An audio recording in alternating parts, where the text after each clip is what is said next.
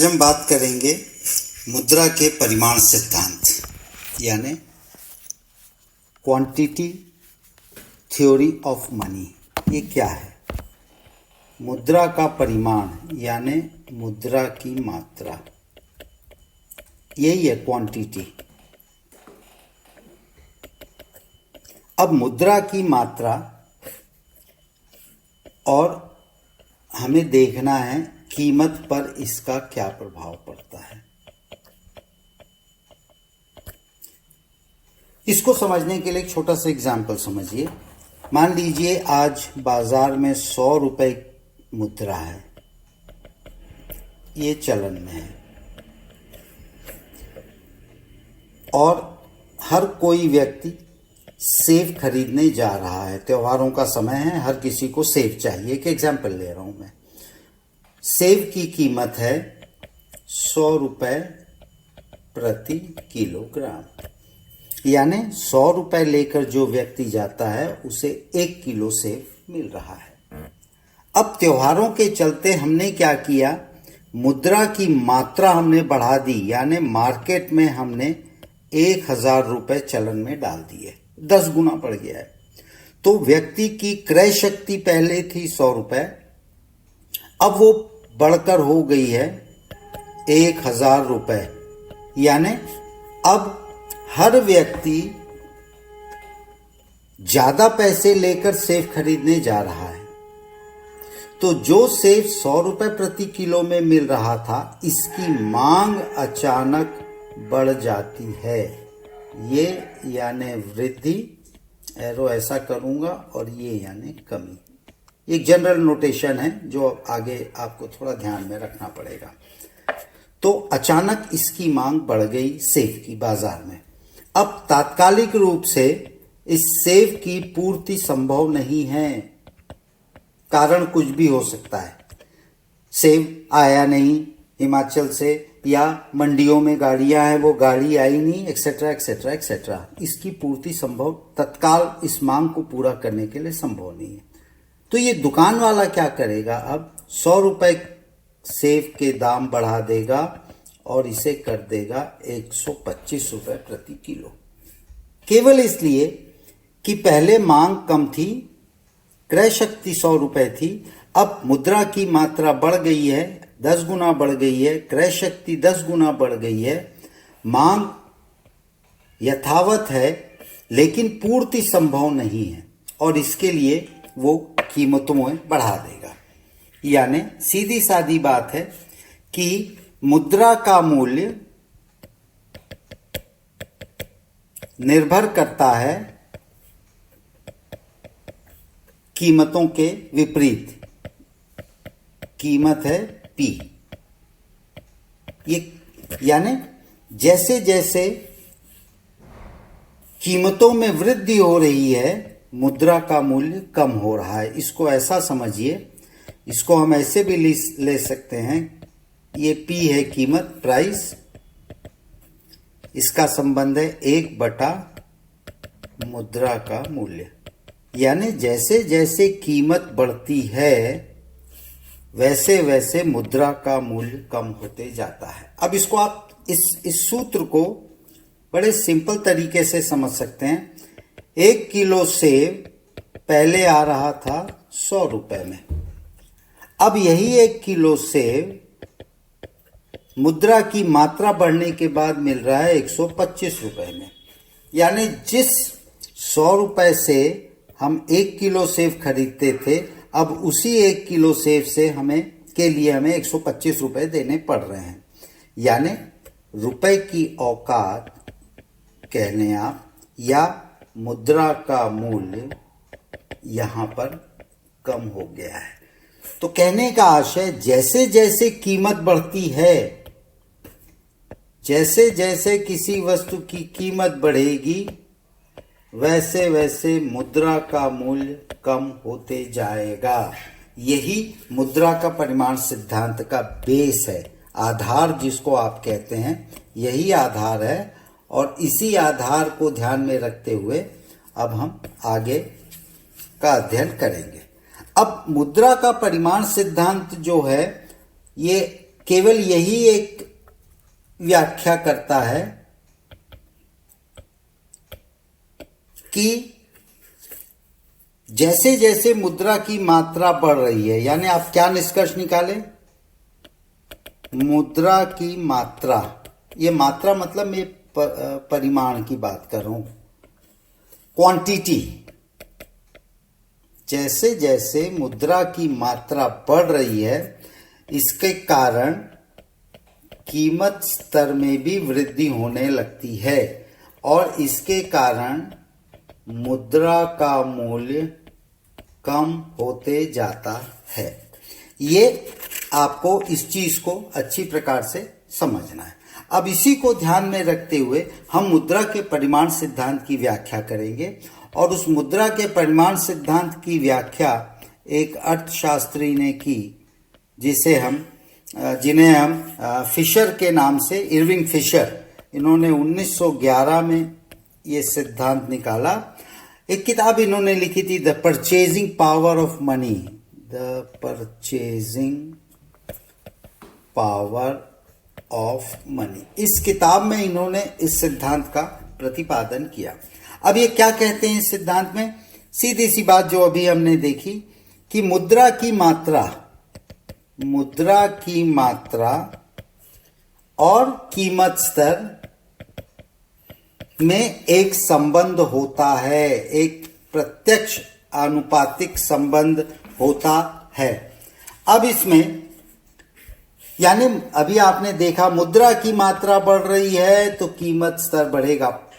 परस्पर आनुपातिक, प्रोपोर्शनल नियम मुद्रा के परिमाण सिद्धांत में फिशर ने अपने सिद्धांत में प्रतिपादित किया। अब फिशर ने अपनी बात को समझाने के लिए क्या किया, इन्होंने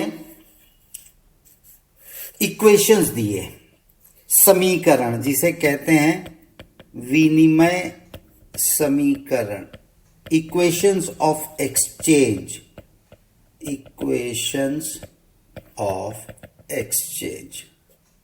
क्या था समीकरण, दो संतुलन बनाना है। संतुलन बनाने में क्या होगा, संतुलन कब बनता है, जब मांग और पूर्ति दोनों बराबर हो। यहां हम बात कर रहे हैं मुद्रा की, तो मुद्रा की पूर्ति बराबर होनी चाहिए मुद्रा की मांग, यही तो संतुलन की स्थिति है।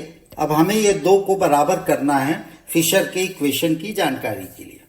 अब मुद्रा की पूर्ति यानी सप्लाई, मुद्रा कहां से मिल रही है, मुद्रा मिल रही है नकद मुद्रा के रूप में, साख मुद्रा के रूप में। नकद यानी कैश प्लस कॉइन्स, साख मुद्रा यानी credit notes, draft, cheques etcetera etcetera. ये एक्सक्यूज मी, ये पूर्ति हो रही है। अब इसमें पूर्ति के समय आपको एक चीज और समझनी है और वो चीज है मुद्रा की गति। ये आपको थोड़ा समझना होगा। मुद्रा की गति यानी मुद्रा किस रफ्तार से आगे बढ़ती है। अगर 10 रुपए का एक नोट है, मैंने एक सामान खरीदा, 10 रुपए का नोट किसी व्यक्ति को दिया, उसने किसी थर्ड पर्सन को दिया 10 रुपए का नोट, उसने फिर कोई सामान खरीदा, उसने फिर कोई सामान खरीदा 10 रुपए का, उसने फिर कोई सामान खरीदा, यानी वो 10 रुपए का नोट 5 व्यक्तियों के हाथों से गुजरा है। वैल्यू है 10 रुपए, 10 ही रुपए का नोट मूव कर रहा है। मैंने सामान खरीदा, 10 रुपए का काम यहां ए से हुआ, ए ने वो नोट बी को दिया, सामान खरीदा, यहां फिर 10 रुपए का काम हुआ, बी ने वो नोट सी को दिया, सी ने वो नोट डी को दिया और डी ने वो नोट ई को दिया। यानी दिन भर में इस 10 रुपए के नोट ने 50 रुपए का काम किया है। यानी वेलोसिटी कितनी हुई, गति 1 2 3 4 5 बार ये नोट निकला, सामान खरीदा और इसकी क्रय शक्ति 50 रुपए के बराबर हुई। ये हो गई मुद्रा की गति। यहां पर आपको इस चीज को समझने की आवश्यकता है। अब ये मुद्रा की गति आप समझ गए हैं, तो मुद्रा की जो गति है इसे हम चलन वेग भी कहते हैं। तो मुद्रा की पूर्ति क्या है? अब ये चलन मुद्रा मान लो हम इसको बोलते हैं एम से दर्शाते हैं, साख मुद्रा को हम एम डैश, ठीक है। तो मुद्रा की पूर्ति कितनी होगी? नकद मुद्रा, ठीक है, गुणित चलन वेग। एक ये v क्या है? वेलोसिटी, जो अभी मैंने बताया कितनी बार एक दिन में वो पैसा या वो नोट या वो मुद्रा हस्तांतरित होती है और क्रय शक्ति में इजाफा करती है, वृद्धि करती है। तो ये हो गया नकद मुद्रा, कैश, गुणित उसकी वेलोसिटी, यानी एक दिन में कितनी बार ये मुद्रा आगे बढ़ रही है, ठीक है। प्लस साख मुद्रा भी है, वो भी अपना काम कर रही है। साख मुद्रा हमने लिया एम डैश इंटू इसका भी तो चलन वेग है। मैंने आज एक चेक किसी आदमी को दिया, उसने दूसरा चेक किसी आदमी को दिया, यानी वो 1000 रुपए का चेक दिन में 5 लोगों के पास जाता है, तो 5000 की क्रय शक्ति उस 1000 रुपए की हो जाती है। तो यह है चलन वेग, यानी मुद्रा की पूर्ति क्या हो गई? M V plus M dash V dash. नगद मुद्रा, साख मुद्रा, ये वी चलन वेग, वी डैश साख मुद्रा का चलन वेग। ये तो हो गया मुद्रा की पूर्ति। अब मुद्रा की मांग हम देखते हैं। मुद्रा की मांग क्या है? मुद्रा की मांग इसलिए की जाती है क्योंकि मुद्रा के ही माध्यम से वस्तुओं और सेवाओं की प्राप्ति होती है। तो मुद्रा की मांग क्या होगी? सिंपल, मांग बराबर, इसको हम ले लेते हैं पी टी, जहां पी क्या है? कीमत स्तर, ठीक है, और टी है जो वस्तुओं और सेवाओं की कुल मात्रा है, वस्तु सेवाओं की मात्रा। यानी बाजार में मांग कितनी है ये निर्भर करेगा कितनी मात्रा है वस्तुओं और सेवाओं की, और उनका कीमत स्तर क्या है, इन दोनों के गुणनफल से, ठीक।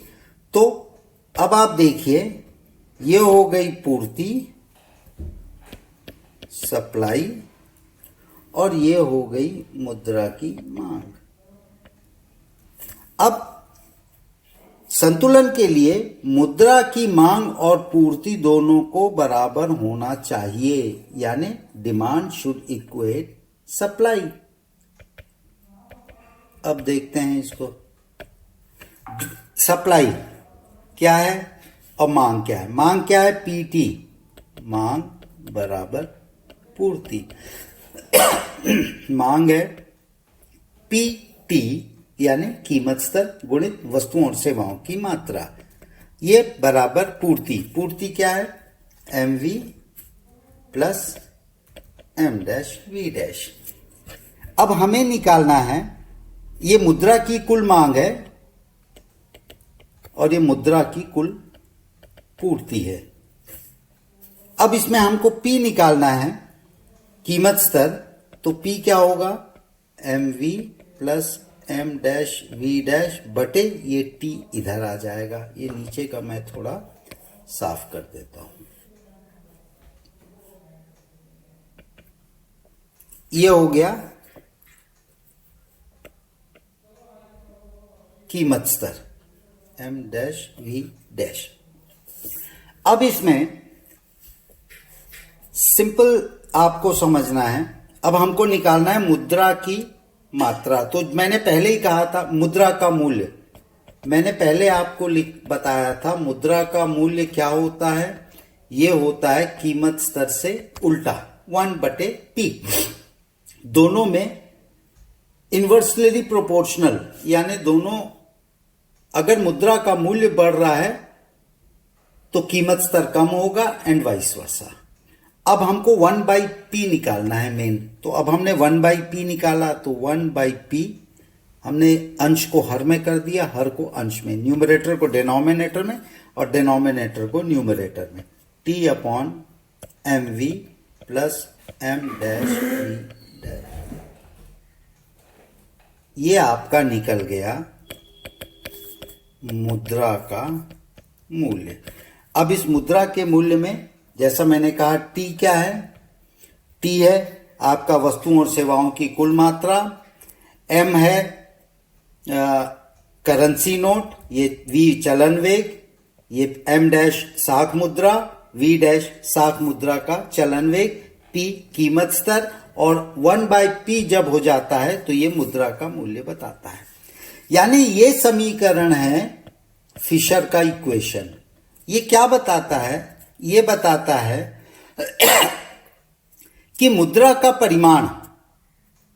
परिमाण यानी m प्लस m डैश अपने प्रचलन वेग, अपने वेलोसिटी यानी v प्लस v डैश के साथ एक निश्चित समय में मुद्रा की कुल पूर्ति को बता रहा है। ये पहली चीज। दूसरी चीज, एक निश्चित समय में वस्तुओं और सेवाओं की मात्रा यानी T तथा कीमत स्तर P का गुणनफल PT, ये जो आपने देखा, ये मुद्रा की मांग बता रहा है और ये मुद्रा की पूर्ति बता रहा है। तो इस प्रकार फिशर का जो ये इक्वेशन है ये इस प्रकार रहेगा। इसी को फिशर ने एक डायग्राम से भी अपने एक्सप्लेन किया। उस डायग्राम को भी मैं ब्रीफ में बता दूं।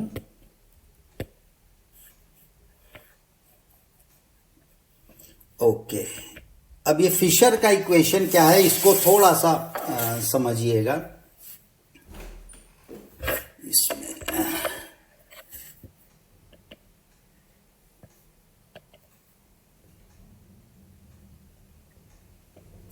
ओके, यहां मैंने लिया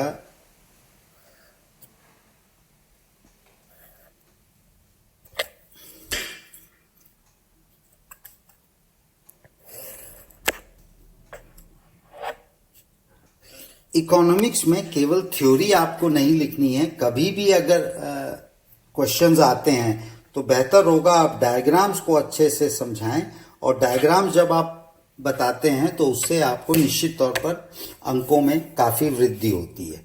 अब ये लेते हैं x, ये y, ये OY हो गया, कीमत स्तर बता रहा है, और OX हो गया, ये आपका बता रहा है मुद्रा की मात्रा, मुद्रा की मात्रा, ये हो गया, ये भी x मुद्रा की मात्रा। अब आप देखिए जो फिशर ने अभी हमने इक्वेशन में लिखा, बिल्कुल ये एक्चुअली 45 डिग्री पे होना चाहिए, ये थोड़ा सा तिरछा हो गया है, मैं इसको करेक्ट कर देता हूं। या ON। अब यहां पे आप देखें जैसे जैसे मुद्रा की मात्रा बढ़ रही है, O से ये आ गई OM, कीमत बढ़ गई ON, फिर मुद्रा की मात्रा बढ़ी OM1, कीमत बढ़ते जा रहा है ON1, मुद्रा की मात्रा बढ़ी OM2, कीमत स्तर आ गया है ON2। यानी ये पहला इक्वेशन है कि जैसे जैसे मुद्रा की मात्रा बाजार में बढ़ती है वैसे वैसे कीमतों में भी लगातार वृद्धि होने लगती है। अब इसी को अगर हम देखेंगे बी डायग्राम में, बी डायग्राम OX मुद्रा की मात्रा बता रहा है, जबकि OY भी वही बता रहा है। अब इसमें थोड़ा सा आप देखिए,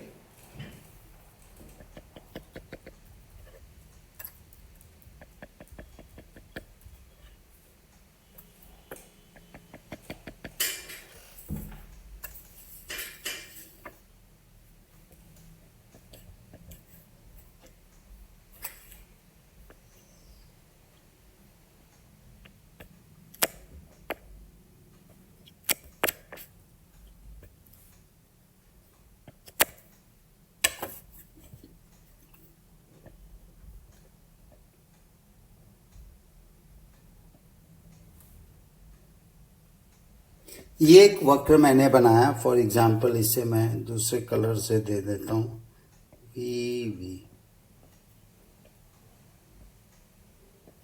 यस। अब इस वक्र में, वीवी वक्र में अगर आप देखें,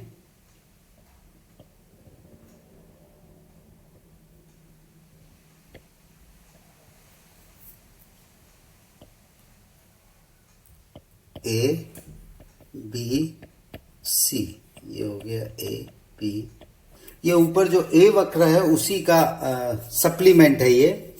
इसमें ओ एक्स रेखा मुद्रा की मात्रा, और ये सॉरी ये मुद्रा का मूल्य है ना, मुद्रा की मात्रा मैंने लिख दिया इधर भी, ये मुद्रा की मात्रा और मुद्रा का मूल्य बता रहा है। अब इसमें सारी बातें समान रहने पर मुद्रा की मात्रा m और मुद्रा का मूल्य 1/p में उल्टा संबंध यहां बी डायग्राम में बताया गया है। जब मुद्रा की मात्रा OM, यहां में OM1 OM2, जब मुद्रा की मात्रा OM से बढ़कर OM1 हो जाती है, मतलब जस्ट डबल हो गई, तो आप देखेंगे कि मुद्रा का मूल्य 1p से घटकर 2p हो गया है। ये 1/p, ये 1/2p, ये 1/3p, यानी मुद्रा की मात्रा यहां से यहां बढ़ी, OM से OM1 आई, तो मुद्रा का मूल्य आधा हो गया है।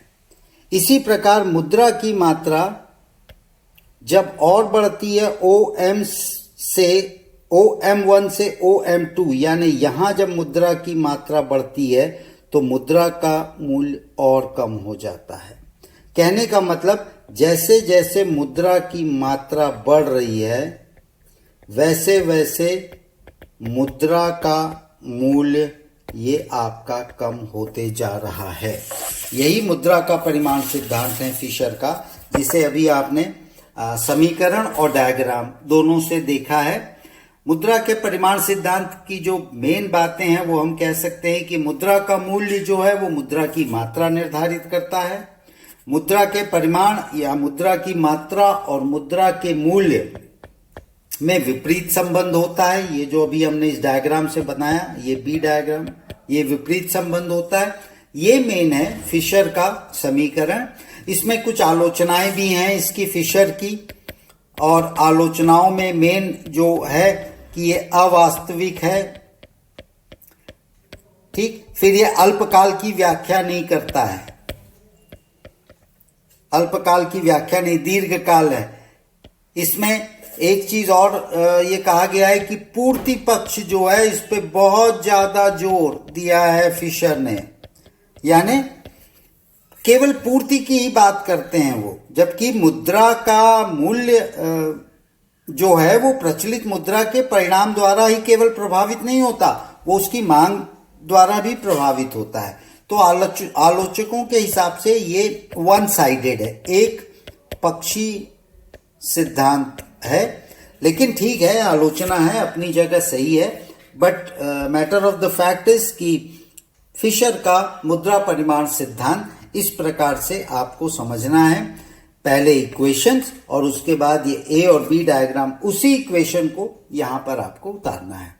तो यहां पर हम आज क्लोज कर रहे हैं, बहुत जल्दी नेक्स्ट टॉपिक। Thank you.